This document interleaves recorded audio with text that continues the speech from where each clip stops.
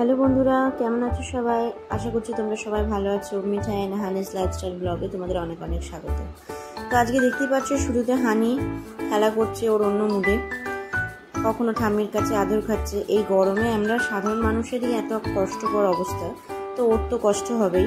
তাই ওর জন্য একটা মিনি ফ্যান আছে, সেই ফ্যানটা চালিয়ে ওকে দেওয়া হয় যাতে ওর গরমে কষ্ট না হয়। ওর শিগগিরই আমি লোম কাটিং করব, কারণ ভীষণ লোম হয়ে গেছে বলে বেশি কষ্ট হবে, তাই ওর লোমগুলো কেটে দিতে হবে। কিন্তু আমি সময় পাচ্ছি না। সারাদিনে মিঠাইয়ের সাথে যার তোড়ঝাপ আমার চলে, এই যে ম্যাডাম মানে সবসময় রেডি দুজনাতে মারামারি করবই বলে সবসময় হানিকে মারছে, আর হানি বেচারা শান্ত মানুষের মতো এদিক ওদিক করে বেড়াচ্ছে। আর একে তো মানে বলতে না, সারাদিন যে কি দুষ্টুমি করে, ঘুম তো নাই বলতে গেলেই চলে, একদমই ঘুমায় না।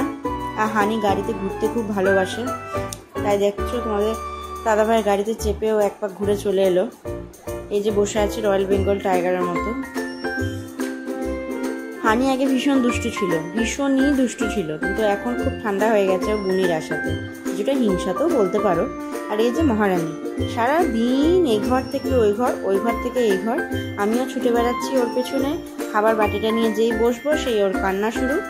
ওকে খাওয়ানো মানে একরকম প্রায় যুদ্ধ করা, সে তৃতীয় বিশ্বযুদ্ধের থেকেও কঠিন আমার কাছে।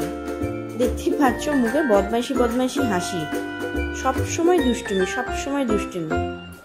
কখনো সিঁড়িতে উঠছে, কখনো সিঁড়ি দিয়ে নামছে, মানে কি বলবো আমি খুঁজে পাচ্ছি না। লোকে দুটো তিনটে হলে কি করে আমি জানি না, আমি তো একটাতেই আমার নাজেহাল অবস্থা। সবসময় আমাকে ওর পেছু থাকতে হয়। একটু 2 সেকেন্ড যদি বসি তাহলেই দেখবো হয় কোথাও লাগিয়েছে, না হয় কোথাও পড়েছে। আর এখন তো পা হয়েছে, এখন তো আটকে রাখা যায় না বিছানার মধ্যে, নাহলে আগে তাও বিছানাতে খেলনা দিয়ে বসিয়ে রেখে দিতাম, এখন আর সেই সুযোগটা আর হয় না।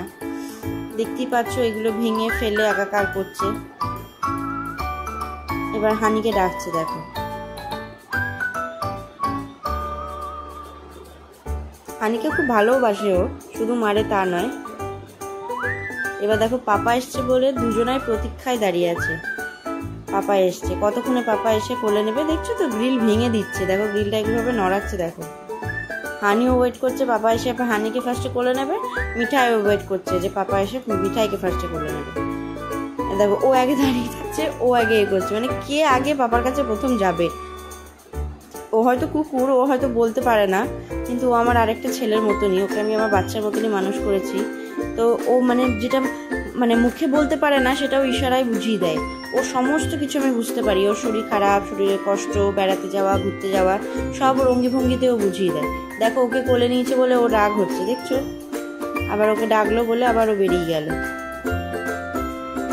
সত্যি বদমাইশি খুব, দুটোই মানে সমান, 19 আর 20, মানে কাউকে বলার মানে ইয়ে রাখে না।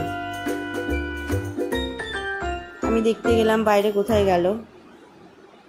এটা হচ্ছে আমার স্কুটি, তোমার দাদা ভাইয়ের গাড়িটা একটু খারাপ হয়ে গেছে, তাই ও আমার স্কুটিটা নিয়েই এখন অফিস যায়। এই দেখো চেয়ারটায় বসিয়েছি, তো চেয়ারটায় মানুষ সোজা হয়ে বসবে, তো মহারানী দেখো উল্টো হয়ে বসেছে। এখন যদি উল্টো দিকে পড়ে যায়, দেখো আমি ধরে আছি ভয়ে, আবার দেখো উঠে দাঁড়াতে যাচ্ছে, সাহসটা দেখো। তো চলো বন্ধুরা, টাটা, আবার নিয়ে আসবো মিঠাইয়ের নিত্য নতুন অ্যাক্টিভিটি নিয়ে এবং হানির নিত্য নতুন কর্মকাণ্ড নিয়ে। তো আজকে এইটুকুই, টাটা, বাবাই, দেখা হচ্ছে আবার পরের ব্লগে। বাই বাই, ভালো থেকো তোমরা সবাই, ভালো কাটুক তোমাদের শরীর, ভালো কাটুক তোমাদের দিন, টাটা।